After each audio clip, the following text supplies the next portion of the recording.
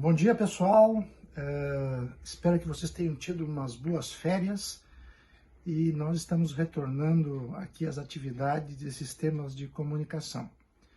Nós teremos, a partir de agora, várias aulas que envolverão temas vinculados à área de inteligência artificial e relacionados a telecomunicações, que é a área que a gente atua.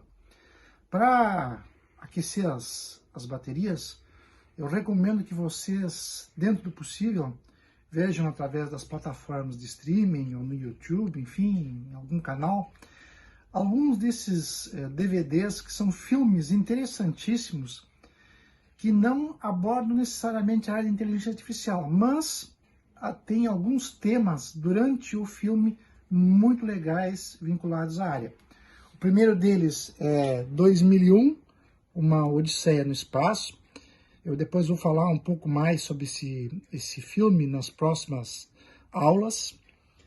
O segundo é Blade Runner, com o Harrison Ford. O terceiro é Minority Report, com Tom Cruise.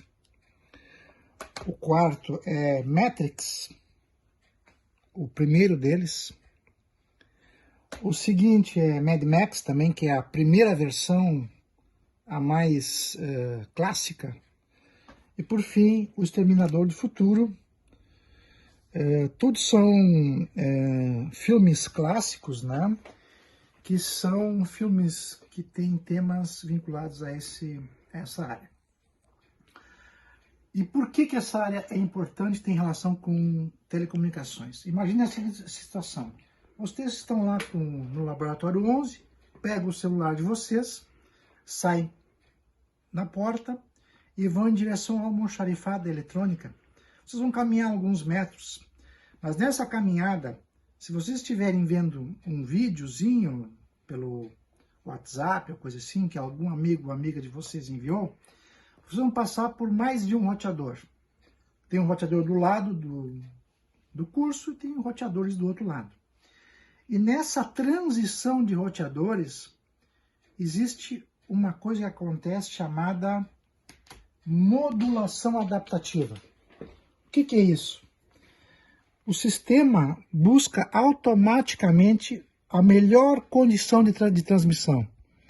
Vejam que os sistemas de telecomunicação, nos últimos anos, eles migram de sistemas analógicos para sistemas digitais, mas principalmente eles se vinculam a sistemas de controle. Hoje, um sistema de telecomunicação atua em frequências fixas e passa a ter uma estrutura tipicamente de realimentação negativa de um sistema de controle. Então, essas estruturas são softwares que se adaptam às condições do local onde estão atuando. E essas técnicas são todas elas digitais e codificadas. E muita coisa de inteligência artificial nelas estão existentes. Uma delas, que é a primeira que nós vamos ver, chama-se lógica fuzzy. Lógica fuzzy é uma lógica difusa ou nebulosa, tá? Em que os contornos do sistema não estão claramente definidos. É uma extensão da lógica clássica, que é uma lógica bivalente, né? Então, na lógica clássica, eu só tenho 0, 1, verdadeiro ou falso, sim ou não. Na lógica fuzzy, nós podemos ter infinitos níveis. Vocês imaginem uma escada em que a parte de baixo é 0 e a parte de cima é 1. Cada degrau é um nível diferente. Isso é lógica fuzzy. Eu posso atuar com diferentes graus. Onde é que nós usamos ela? Aquele exemplo que eu dei para vocês, vocês estão num sistema Wi-Fi. O controle de modulação Wi-Fi utiliza a lógica fuzzy. Mas não é só aí. Controle de zoom da máquina fotográfica que a gente tem no celular, qualquer sistema de freios ABS nos automóveis, a máquina de lavar que vocês têm em casa, tudo isso utiliza esse conceito de lógica fuzzy. E como é que isso acontece? Vamos voltar um pouquinho no tempo. Só para relembrar, a lógica é um conjunto de leis que regem o pensamento. Três filósofos gregos Sócrates, Platão e Aristóteles, em sequência, desenvolveram esse tema com muita profundidade. O Sócrates trabalhando o método de investigação do pensamento, o Platão nos seus diálogos, em que ele apresenta o método socrático, e por fim o Aristóteles, que é um sistematizador. Ele concebeu regras para que o desenvolvimento do pensamento e do conhecimento foram claramente definidas. Após, muitos séculos depois, vários matemáticos trabalharam com esses conceitos e usaram representações gráficas, como, por exemplo, os diagramas de Venn, que vocês já devem ter visto. Mas a lógica fuzzy, ela segue uma outra vertente, uma parte desse conceito, porque ela usa o conceito de incerteza, ou vagueness, em inglês, cuja introdução se dá através dos diálogos de Platão. Lá em A República tem vários diálogos muito interessantes. O diálogo da caverna talvez seja o mais conhecido, que vocês devem ter em algum momento estudado nas aulas de filosofia. Mas esse conceito de incerteza, ele vai evoluindo ao longo dos séculos, e em 65, no século passado, Lotfi Zadeh, um matemático polonês, ele introduziu o conceito de sentimentos matemáticos humanísticos. Ele tenta fazer essa transição formal entre a matemática, a lógica e o que as pessoas pensam. E aí ele definiu, alguns anos depois, o que chama-se princípio da incompatibilidade. À medida que a complexidade de um sistema aumenta, nossa habilidade para fazer afirmações precisas e que sejam significativas acerca desse sistema diminui até um limiar, abaixo do qual precisão e relevância se tornem características quase mutuamente excludentes. E é aí que entra a lógica fuzzy. Por quê? Porque é uma lógica multivalorada. Existem infinitos níveis entre os extremos 0, por exemplo, falso, e 1, por exemplo, verdadeiro. Né? E essa multivalência tem uma relação direta com o mundo real. Na vida da gente, as coisas não são só verdadeiras ou falsas. Não tem só duas possibilidades.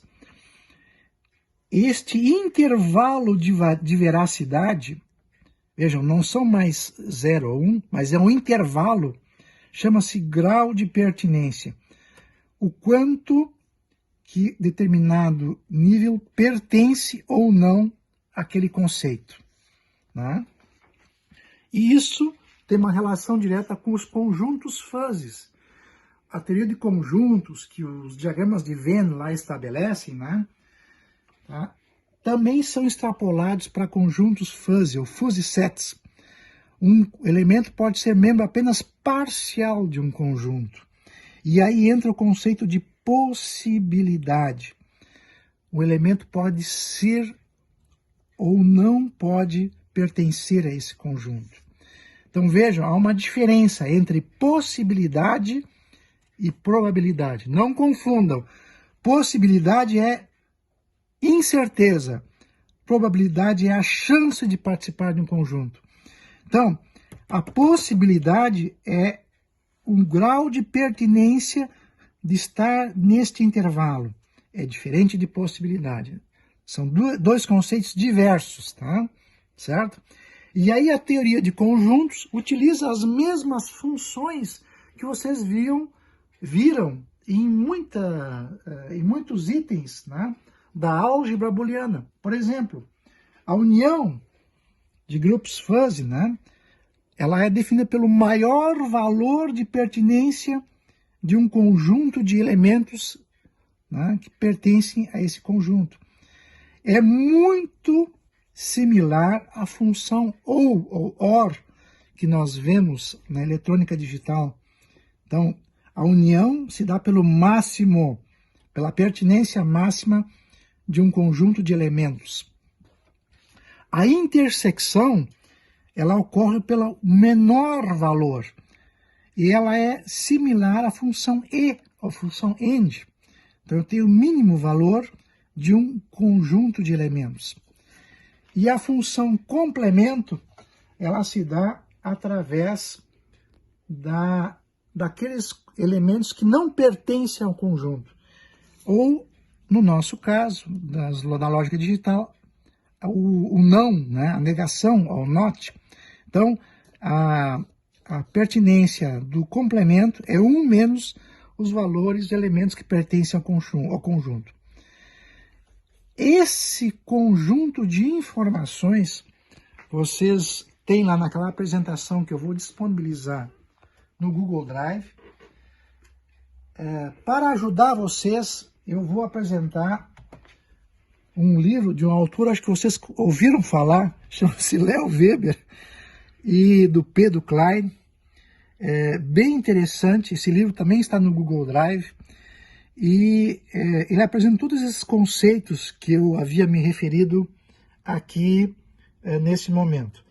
Brincadeiras à parte, é um livro simples, mas que permite que vocês tenham aprofundamento desses conceitos que eu havia me referido. Para finalizar o trabalho nessa área, vocês vão realizar uma simulação no laboratório com Octave sobre lógica fuzzy, em que todos esses conceitos de conjuntos, operações, funções fuzzy serão abordados. Vocês vão realizar um conjunto de simulações em 2D e 3D. Por exemplo, aqui é o exemplo da união fuzzy em 3D. E vocês vão fazer todas essas simulações conforme o roteiro estabelece. Para o bom andamento do roteiro, vocês vão precisar, em algum momento, fazer a função alfa.